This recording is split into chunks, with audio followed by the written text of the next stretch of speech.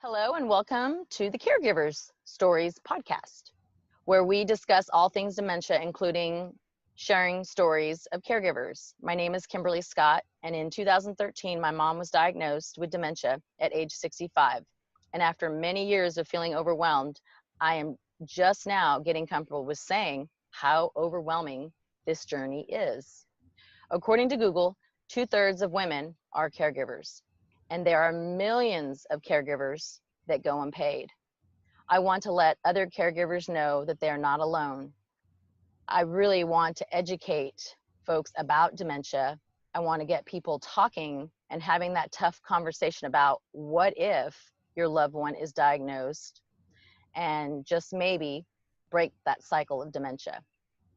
If you want to share your story or your knowledge and be a guest on Caregiver Stories podcast, visit ThatKimberly.com. Scroll all the way to the bottom to listen on whichever platform you'd like. And then there's also a place there for you to sign up. The different platforms you can catch this podcast on is iTunes, Spotify, Google, YouTube, and now Amazon Alexa. But now that I got all that out of the way, I want to introduce my guest today, Miss Angela Dix. She is the author of Living Within Their Shadows, a caregiver's A to Z navigation guide for dementia and Alzheimer's. Hi, Angela. Hi, Kimberly. Thank you for the invitation. You're very welcome. Thank you for being with me today. So tell the listeners a little bit about yourself and how you came into the world of dementia. Well, I joined the world of dementia, as most caregivers, accidentally. Yes. I was thrust into it. My mother was diagnosed at age 61. Actually, it's when it showed up. She was working full time and she started repeating herself and wrecking the car. Whoa. The early signs, and I didn't know they were signs, but she would chronically take off from work. She would stay in the bed with the covers pulled over her head. She was wrecking the car. One time she went to the grocery store and came back, and the front of the car, the hood was in a V shape. And she said that a pole jumped out and hit the car. Yeah. I've heard that one. Yeah. So, and of course, like I said, repeating herself in conversation, thought she was just depressed because she, at the time, was working for a shelter for battered women. And I figured that was it. And I have a sibling that has some neurological issues and they were out of remission. So the combination, Of all of it could definitely. Yes. Early signs of dementia show up. It mimics a lot of different things. It could be, I remember the doctors asking me if she used alcohol. Mm-hmm. She didn't. Mm-hmm. They couldn't understand it. So did you take her immediately to see a general practitioner doctor, or did you take her to neurologist or psychologist? Everybody starts in a different place.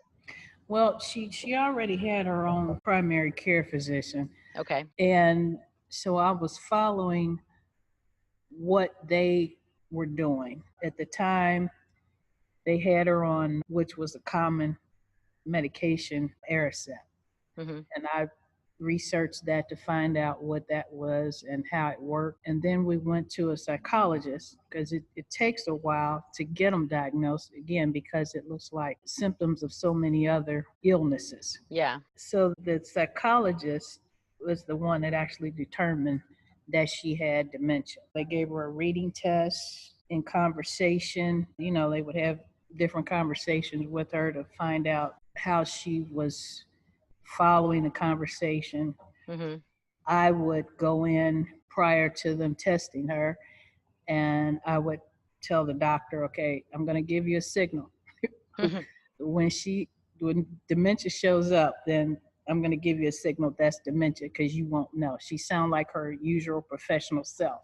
Mm-hmm. They like to hide, not on purpose, but they know there's something happening and they're trying to mask it. I mean, I felt like that's what my mom did in front of people that didn't know her well or only saw her once a year or once every couple months. So that way she wouldn't appear as there being anything, off or wrong. But people who knew her well, like her friends, were the ones who came to me and said there's something wrong. So I get what you're saying. Like I'll tell you when it it is what it is. Like, that's her or that's not her.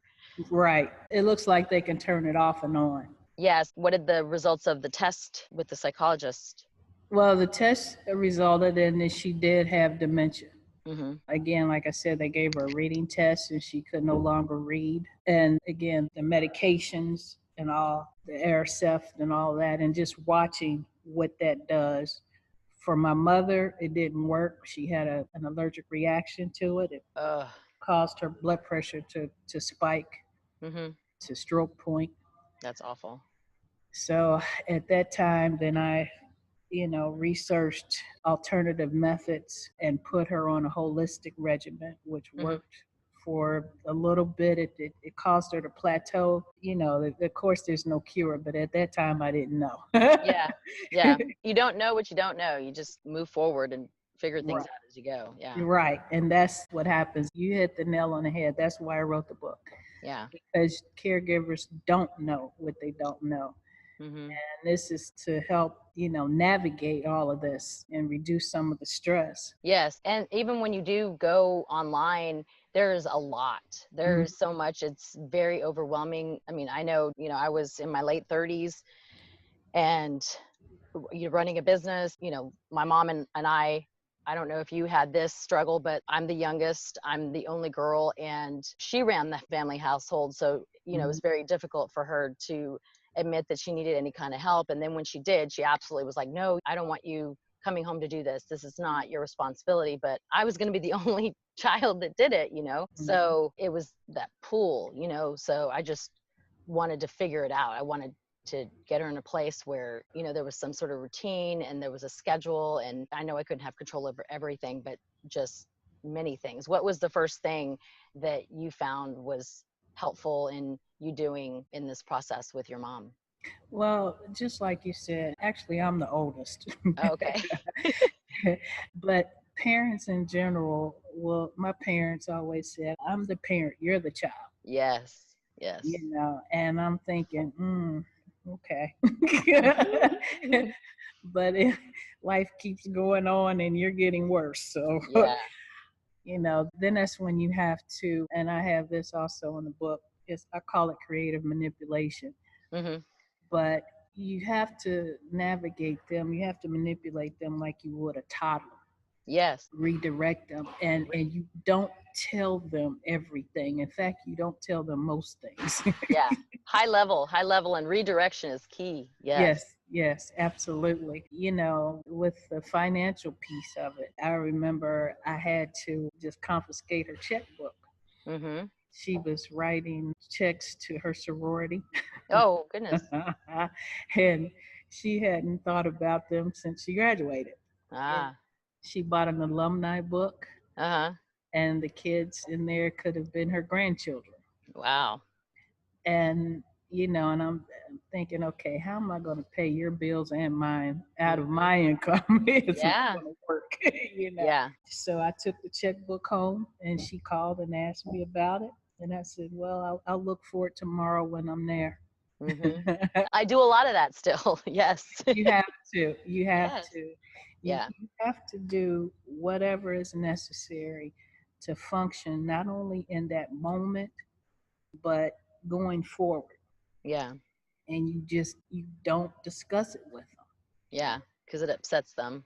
Well, yeah, it creates a war. Yeah. And so you want to keep the whole situation under as much control as possible.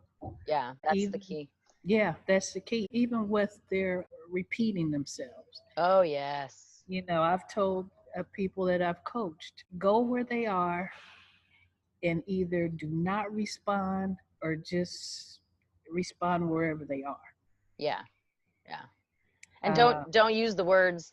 And it took me about a year to realize this, but don't use the words, remember I told you, or act frustrated, be as calm as humanly possible. Like you said, not answering from my mom, I can't do that because she's going to ask me until I answer. So I would just answer her, and I got used to it. I had another friend that she said that she would make, humorous jokes to make, her husband laugh. And so I think I'm going to try that now. But like in the beginning, I would get so frustrated and overwhelmed. And now I just know it's just the way it is. I just, you have to. Make And up an answer. yeah, and not make them feel bad about it. Mm. Otherwise, that makes it worse. And the other thing, I could not use the word dementia. Ah, That was a battle. oh, wow. I couldn't use the phrase memory loss, Hmm. So any of it. she didn't accept the diagnosis when you went to the psychologist. Well, no, but because she didn't even know she had a problem.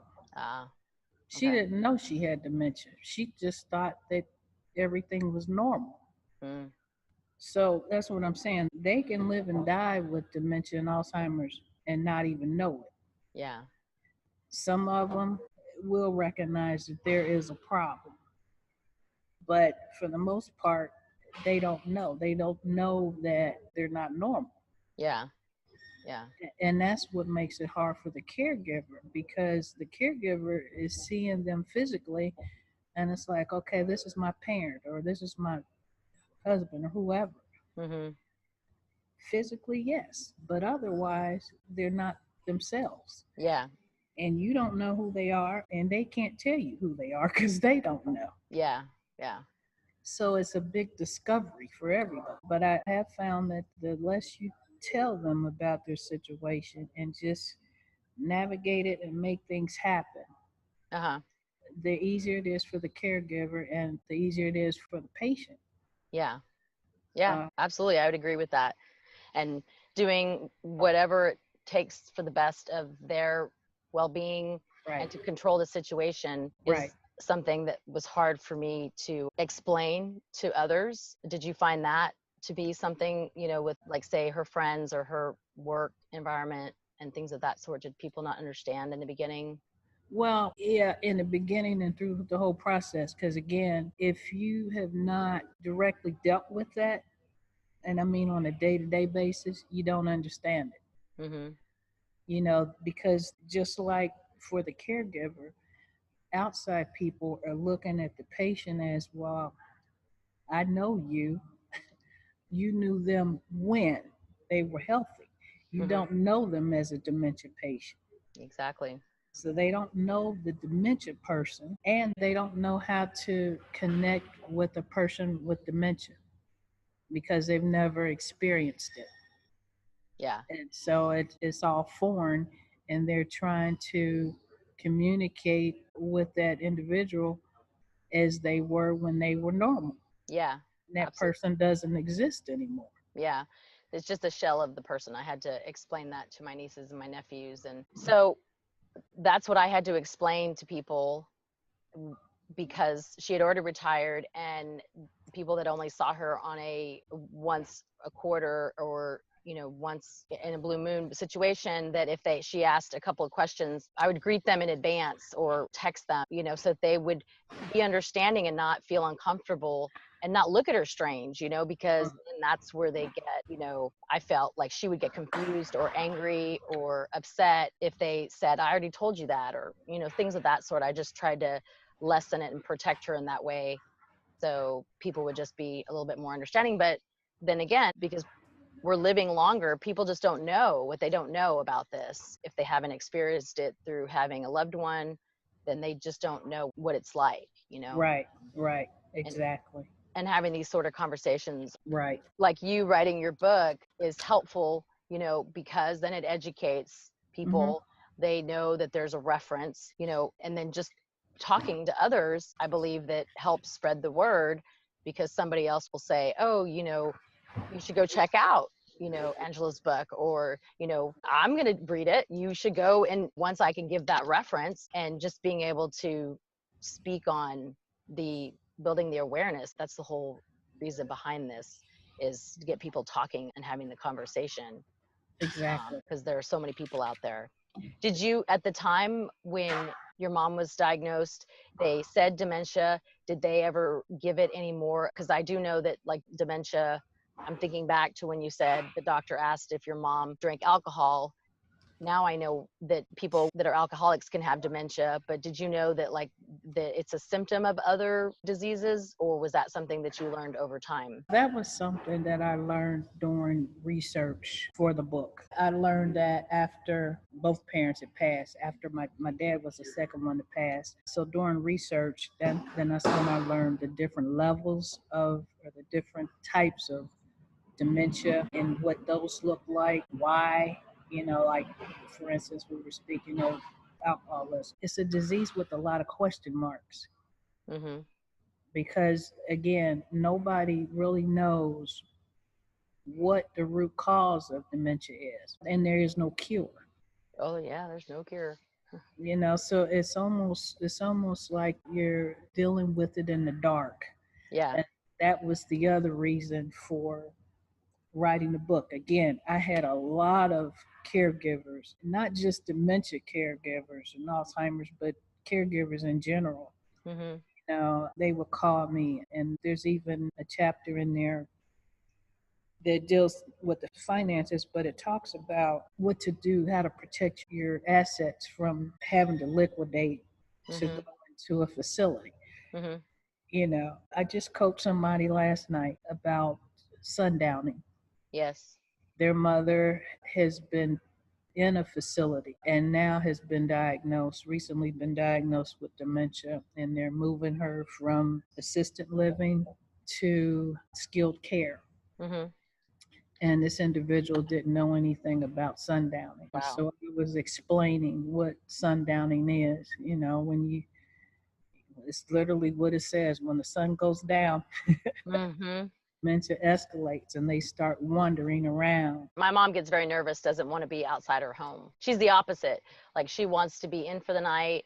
She wants to be watching her television. She plays games on a little mini iPad, Hmm. and she doesn't want to participate anything outside of that. Okay. Yeah. So I'm That's, lucky, I guess, yeah, you're lucky, and hopefully that she'll way. stay that way. Yeah. Yeah. Because when they wander, I remember some of the neighbors, would call and say, I saw your mom going down the street and I brought her back home. Mm-hmm. And this would be during the day. We put a lock at the top of the front door so Mm-hmm. that she couldn't open the door at night to go out. Yeah. I've heard stories of that before. Yes. Yeah, yeah. And caregivers need to know my parents did not live with me when they were sick. Mm-hmm. And, caregivers have to have a refuge. Yes. They have to have a refuge. If you're dealing with that every day, and as a caregiver, you will deal with it every day, you have to be able to have a break at night. And you don't really ever have a break, Yeah. Yeah. but it has to resemble a break. That's the best way I can describe it. Yeah. Take care of yourself first so you can take care of others. If they have to live with you, Mhm. sometimes that does occur, then make sure you take care of yourself first. Take that break, even if it's an hour a day. Mhm. I know that there are programs, I don't know enough about it from a lot of the stories of caregivers, that there are what they call respite, Yes. adult daycares that Yes. you can take your loved one there and get that break if it's an hour or, whatever it is. So, We did that. We mhm, did that. I had my mother in daycare during the day mhm, because it was too dangerous to be at home. And the other thing is the respite piece is exact. okay, And they can go to a facility for a week, a few days, whatever. Their insurance should cover that. okay, The insurance to cover that. And I didn't know about that when we were going through it, dealing with it. I don't even know if that piece existed back then. yeah, a lot has changed. A lot has changed, but I strongly suggest that for caregivers because you need that break. Yeah, You need that absolutely. break. The first main piece of all of it is have your what I call power tools, your directives, the power of attorney for uh, health and finances, or guardianship. Okay. Guardianship is through the courts if the loved one cannot grant you power of attorney. The other piece is scheduling. You have to schedule everything and everyone, not only for the patient, but for yourself. You have to Hmm. create systems Yeah. to get through that. And every day is not going to be the same. actually every hour is not going to Yeah. be the same. You never know. You never know. Yeah. Yeah. So your book has all those things in it. How can someone connect with you and or purchase the book? Okay, you can purchase the book on Amazon. It's Living Within Their Shadows, a caregiver's A to Z navigation guide for dementia and Alzheimer's. I wrote this book specifically to and for caregivers. Awesome. Awesome. And how can people connect with you if they want to email you?